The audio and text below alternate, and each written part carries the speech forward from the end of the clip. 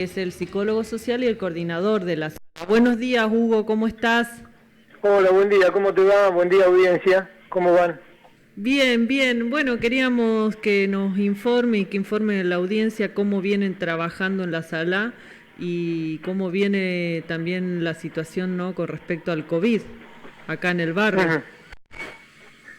Bueno, en principio desde la sala el trabajo que vinimos haciendo desde muy el inicio de la pandemia fue tomar todas las medidas de cuidado que podíamos, en principio sin tener los recursos necesarios, porque el municipio tardó casi 2 meses estando en pandemia para que viniesen los equipos de protección. Nosotros tuvimos la solidaridad de algunos vecinos, de algunos compañeros, para que donaron equipos de protección, y después tuvimos una donación muy importante de dinero que vino de la mano de Juan Carlos Alderete, nuestro compañero y diputado nacional, que junto con sus asesores donaron una suma. Habíamos hablado con Juan y él había pedido como que era lo imprescindible pensando en lo que venía, porque en ese momento estamos hablando de abril, marzo-abril. Así que hicimos un listado de insumos, proyectando ya los faltantes que teníamos desde el municipio, que incluía alguna medicación. Claro. Y bueno, hizo una donación que todavía contamos con dinero de eso. Bueno, con eso hemos comprado cientos de equipos de protección, manómetros para los tubos de oxígeno que no teníamos, algunos barbijos especiales N95 que eran para entrevistar a sospechosos o visitar a alguien que sabíamos que podía estar enfermo. Bueno, una serie de insumos, máscaras de oxígeno, muy importantes, saturómetros, que era para ver cómo estaba el oxígeno de la persona en sangre. Son insumos caros, que no los provee el municipio. En el caso de equipos sí, los debía proveer, pero se demoraron muchísimo. Así que fue una mezcla de medidas que tomamos desde la sala con la suma solidaria que tuvimos de vecinos y de compañeros. ¿Y del municipio de Matanza han recibido todos los elementos de bioseguridad que necesitan? Mirá, eso se demoró prácticamente 2 meses. Nosotros llevábamos 1 mes y medio en pandemia y habíamos recibido 2 equipos. En la sala en ese momento éramos 16 empleados, no trabajadores, sino empleados. Claro. O sea que teníamos un sueldo provincial, una beca, un sueldo municipal, pero en la sala, por la historia que tiene la sala y por la formación de agentes sanitarios, siempre la sala supera largamente el número de trabajadores comparado con el de empleados. Por lo tanto, no alcanzaba para los empleados los equipos, mucho menos para todos, que desde el inicio de la pandemia arrancamos siendo unos 36 o 38 compañeros. Hubieron 19 agentes sanitarias, vecinas y no vecinas cercanas, que se ofrecieron para ver en qué podían colaborar. Y desde ese momento, estamos hablando de principios de abril, hasta hoy, son una parte fija del equipo de salud. ¿Me podés repetir, por favor, la parte fija y la parte colaboradora que vienen trabajando en todo este periodo? Cuando iniciamos la pandemia éramos 16. 16. Inmediatamente quedamos en 15 porque la médica pediatra, por edad y por problemas de salud, quedó con licencia. Y luego quedamos 13, esto en el último lapso, porque gracias a los malos tratos del municipio, principalmente de la Secretaría de Salud y del municipio en general, una parte por lo salarial, que es vergonzoso, nosotros estamos muy mal con lo salarial, y otra parte porque ante la falta de trabajadores y teniendo el intendente desde enero, previo a la pandemia, un listado de profesionales para cubrir cargos de gente que se había jubilado, que se había muerto, que había renunciado. No incorporó a nadie y lo que hicieron fue sobrecargar la tarea de quienes estaban trabajando. Por lo tanto quedamos 13. Claro. Porque perdimos a la obstétrica, una compañera que trabajó en la sala en 2 tramos, pero en estos últimos 12 años, muy querida y una gran trabajadora, y a Adriana Fernández, y Cristian Caratosolo, un médico generalista que se había integrado en los últimos 2 o 3 años, con un interés especial en trabajar en la sala, y bueno, ocurrió lo mismo, lo repartieron entre 3 lugares. Él quería hacer base en la sala, no se lo permitieron, terminó yéndose al distrito de Morón. Así que lo que se sumó fue el esfuerzo de colaboradores, que fue y es importantísimo. ¿Y cuántos se sumaron? ¿Y cuántos se sumaron? 19 se sumaron como colaboradores sin cobrar un centavo, es decir, colaboradores ad honorem. Y otro tanto aproximadamente, compañeros de la corriente, de la CCC, que venían siendo parte del equipo de la sala, y que son auxiliares de farmacia, agentes de salud que trabajan en la enfermería, 3 de los cuales son estudiantes de enfermería profesional, una de la UNLAM y 2 de la escuela de Hurlingham, de Cafera, que son 2 becas que tenemos anuales. Discúlpame, quiero ser específica para que la audiencia sepa cómo funciona realmente la sala y en qué situación está la sala de acá del barrio. O sea, son 13 que están en planta fijos con salarios que son ínfimos, como decís vos, 19 colaboradores, que en total eso suma 32, y a eso se suman los auxiliares y agentes que estás describiendo. Claro, de los 13, la mitad son precarizados, o sea, de los 13 tenés 7 que son precarizados, 6 de médicos comunitarios y 1 de monotributistas, que es la doctora Malena. Eso conformamos los 13. Yo cuando digo un salario es porque todos los meses cobran algo, pero eso no quiere decir que están en planta permanente. Claro. Ese es el panorama de todo el municipio, más o menos es la mitad de la gente que trabajamos en la municipalidad, en las distintas áreas, no solo en salud,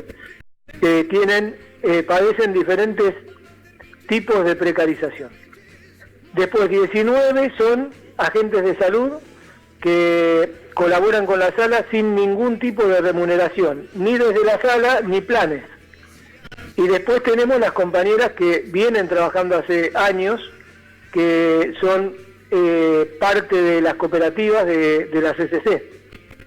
Y ahí también son todas agentes de salud preparadas en la sala este año debería cumplir los 32 años de curso, que el primero que interrumpimos fue el año pasado. Son todas agentes de salud y algunas se especializaron en algunas cosas. Ahí hay una estudiante de enfermería de 3er año también, que es de la CCC, un auxiliar un estudiante de 2º año y una auxiliar de farmacia, y después están las compañeras de la cocina, y las compañeras que se encargan medio de manera fija de la limpieza, sobre todo, de la limpieza. Y en todo, o sea que entre diferentes colaboradores que cobran un plan y que no cobran nada, son más de 30 personas, 30 y pico de personas. Claro, alrededor de más de 32 personas trabajan en esta sala de salud que cumple... Sí, pasamos los 45, 46, que diría, entre todos los que estamos entre todos 46 de los cuales... Sí, 46 personas trabajan en la sala de salud del barrio de María Elena, que se llama Sala de Salud Néstor Chino Rivieri. Sí. Esas 46 personas, ¿cómo han organizado y llevado todo lo que tiene que ver con la pandemia y qué registro tienen ustedes de los contagios acá en el barrio? Bueno, el registro es complicado porque ni siquiera la gente de la región sanitaria, o sea, los responsables de las regiones sanitarias son 3, como dividieron a Matanza. Sí. Nosotros pertenecemos a la 2, que es La Ferrer, Castillo, una parte de Casanova y una parte de Ciudad Evita. Los jefes de la región sanitaria, los directores, no tenían ellos datos específicos de cómo estaba distribuida la enfermedad. Nosotros sabemos de varios contagios porque incluso varios se captaron en la sala, varios se captaron en un detectar que se hizo desde la sala y después nosotros fuimos derivando gente a un centro de hisopado que se armó en La Ferrer. ¿Sabes por qué te pregunto esto, Hugo? Porque en los últimos 14 días a nivel nacional hay confirmados más de 100.000 casos, o sea que hay un crecimiento exponencial en los últimos 14 días. Ese crecimiento exponencial que está graficado a nivel nacional en los últimos 14 días, ¿ustedes han tenido registro de un crecimiento acá a nivel local? Sí, hace más de 14 días. Hace más de 14 días. Sí, sí. Mira, yo le planteo a la audiencia cómo es. Se genera inevitablemente, trabajando de la manera que se trabaja, se genera un subregistro. Vamos a suponer que una familia del barrio tiene un integrante que hace síntomas. O sea que está con tos, con dolor de garganta, con temperatura, con diarrea, con falta de olfato, con falta del gusto, con un dolor muy intenso de cabeza o del cuerpo, decaimiento, falta de aire. Tiene 1, 2, 3 de esos síntomas. Nosotros lo mandamos a hisopar. Da positivo. Entonces tiene que hacer aislamiento en su casa y todos tienen que hacer aislamiento. Por haber sido contacto estrecho, así se llama, de alguien que dio positivo, son todos, en principio, dados como positivos. Pero no hay una estadística de eso. Lo que hay estadística es del que se fue a hisopar. Entonces, por ejemplo, en la casa de una compañera nuestra, donde, como pasa en las barriadas en los barrios de Matanza, en cada lote hay 2, 3, 4 viviendas, uno dio positivo. Y de los 16, 15 estuvieron con síntomas y bastante importantes. O sea que por lo menos 15 estuvieron con COVID. Pero para la estadística fue un positivo. Claro. Entonces, eso uno, trabajándolo, ve que es mayor a lo que se enumera formalmente. La verdad porque han tomado esta técnica de trabajo que me imagino que por un lado se ahorra hisopado, pero por otro lado complica, porque epidemiológicamente no vamos a tener una estadística real, pero además muchas veces se termina aislando gente que trabaja en negro y que no le sirve llevar un certificado médico de que está aislado, le exigen un hisopado, no lo hisopan porque al ser contacto estrecho lo declaran como positivo de COVID. Es decir, son medidas que a la gente la complicaron. Y después era inevitable la ola de rebrotes, porque no estando vacunados por lo menos la mitad o más de la mitad de la población, con el nivel de apertura que tuvimos, era imposible que no circulara el virus otra vez, por lo menos como circuló en la primera etapa. Claro, la verdad que es muy preocupante el panorama que nos está dando, porque si no se tiene un registro real de los contagios, es muy difícil. Ahora ustedes tienen un trabajo real en el barrio con mucho esfuerzo, como lo estás informando a la audiencia, Y en ese sentido, digamos, teniendo en cuenta, como vos decís, no se está vacunando, ¿qué recomendaciones le podemos hacer a la audiencia viendo que se va a venir la segunda ola de contagio? Los cuidados que tuvimos desde el inicio de la pandemia son importantes. A mí, yo esto lo dije públicamente en otra ocasión, a mí me sorprendió gratamente cómo la gran mayoría de la población asumió la responsabilidad de cuidarse. Después vimos desórdenes y vimos descuidos que lo convirtieron por una cuestión, yo creo que política, en algo que parecía mayoritario, pero que no fue mayoritario porque si no hubiese sido más grave la situación. Hay que sostener el tapaboca, hay que sostener la distancia, hay que evitar las reuniones sociales, sobre todo en ámbitos cerrados, cuando son inevitables porque se trate de algo que uno sí o sí necesita encontrarse o desea mucho encontrarse, bueno, hay que hacerlo por tiempos breves, con distancia y de ser posible en un ámbito aereado o directamente externo. Claro. Eso es fundamental. Y después estar atento a estos síntomas que di antes, que aunque sea uno, y que uno no se lo explica por ninguna causa, hay que estar atento, esperar 72 horas cuando se da la aparición del síntoma, no hisopar de inmediato porque puede dar un falso negativo, y esperar los resultados del hisopado en caso de que el síntoma se sostuvo esas 72 horas.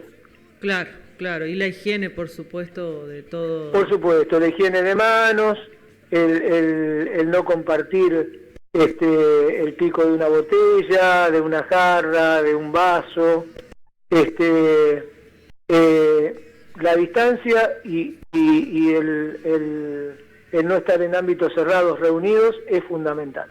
Perfecto, Hugo, la verdad que, bueno, todo el esfuerzo que están trabajando ahí en la sala, que es tan clave la atención primaria de la salud y tan descuidada que está, ¿no?, en este contexto de pandemia. Sí, yo creo que una de las cosas que puso la pandemia blanco sobre negro, que fueron varias, pero una creo que fue el lugar totalmente secundario que se le daba a la atención de la salud, que como suele ocurrir siempre, cuando una política de Estado es buena y a favor de los cuidados de la gente lo asume y lo identifica como una necesidad. Cuando las políticas de Estado durante décadas lo que hacen es descuidar, desproteger, el pueblo en general cuesta mucho, salvo que lo necesite porque se siente muy mal, establecer cuidados preventivos, etcétera, etcétera. De hecho, hay muy pocas campañas respecto a cosas preventivas que deberíamos tener. Con la pandemia esto se expuso de una manera mucho más evidente, digamos, ¿no? Claro. La escasez de equipos sanitarios, la falta de sanitaristas en la salud pública, no hay sanitaristas, entonces no hay estrategias de atención primaria. Nosotros hemos hecho propuestas en la región sanitaria para salir en simultáneo con otras salas a caminar los barrios, a dar tranquilidad a la gente, a saber cómo viven. Bueno, no, esto se va a remitir a lo que ojalá podamos hacer, que es un censo en el barrio, y es muy probable que lo hagamos con jóvenes estudiantes y vecinos, donde sepamos más a fondo cuál es la realidad de nuestros vecinos, en los que perdieron el trabajo, en los que perdieron las changas, en qué tipo de ingresos tienen, si se enfermaron, si no se enfermaron, si se enfermaron, cuáles fueron las secuelas, porque eso va a llevar muchos años para identificar qué tipo de consecuencias trajo el virus en ese aspecto. Bueno, como para hacer hay mucho para hacer, pero hay bastante pocas cabezas. Yo tengo que hablar principalmente por Matanza, ¿no? Claro. Matanza gobierna la desidia en Matanza. Y no solo en salud, pero en salud es lo que demandó más una estrategia, estructurarse, inversión. Bueno, es un desastre, realmente es un desastre. Nosotros perdimos no menos de 25 o más médicos y profesionales que renunciaron, la mayoría por malos tratos del municipio, por esto que te decía antes, sobrecargas horarias, exigencias que no corresponden, iban con síntomas y les decían que se callaran la boca y que no dijeran que estaban con síntomas. Esto pasó en varios lugares de La Matanza, es decir, una irresponsabilidad enorme, con algo que no entendemos cómo ocurre, que después habla el intendente y parece que estamos en Noruega, que está todo bárbaro y que estamos en condiciones de ayudar al resto de la provincia de Buenos Aires o al país, y en realidad estamos en una situación muy difícil, de mucho riesgo para una gran parte de la población. Ahora viene el invierno, se va a agudizar esto, vienen las inundaciones, van a aparecer las mismas escuelas que hace 25 años aparecen, donde van y se refugian los vecinos que se inundan. Bueno, el desastre crónico que se convierte cuando la dirigencia local ocupa lugares de responsabilidad en función de otras cosas. Bueno, Espinosa Hugo, tiene esa capacidad. Sí, bueno, Hugo, la verdad que nos diste todo un panorama tanto de lo cotidiano, del funcionamiento de la sala y de la situación de la salud en general acá en el partido de La Matanza, que preocupa mucho en este contexto de pandemia, y por eso entonces hay que seguir cuidándose. Te propongo por ahí, si te parece, cada 15 días más o menos hacer una salidita, una consulta, si podemos hacer a la sala, sí, de claro, cómo se viene y para reforzar todo lo de la prevención, ¿te parece? Me parece bárbaro. Bueno, muchas gracias, Hugo, por la comunicación, y vamos a estar en contacto. Bueno, agradecidos nosotros. Un abrazo de la sala. Un abrazo. Bueno, estuvimos en comunicación con el coordinador de la sala, Hugo Pollola, que de la Sala de Salud del barrio María Elena, que es don Néstor Chino Olivieri, y la verdad que nos dio todo un panorama que preocupa un poco. Y a la vez la importancia, ¿no?, del trabajo de salud primaria y de lo que significa una sala de salud que debería estar más atendida, que debería ser uno de los aspectos principales en todo lo que es el entramado de la salud, que tenemos que fortalecer las instituciones de salud más que nunca en este contexto de pandemia. Y como dijo Hugo, a la audiencia le volvemos a repetir, tenemos que cuidarnos. Hace 14 días ya hay un crecimiento exponencial de los casos de COVID, entonces hay que reforzar los cuidados, tapaboca, distancia de 2 metros, higienizarse, no ir a las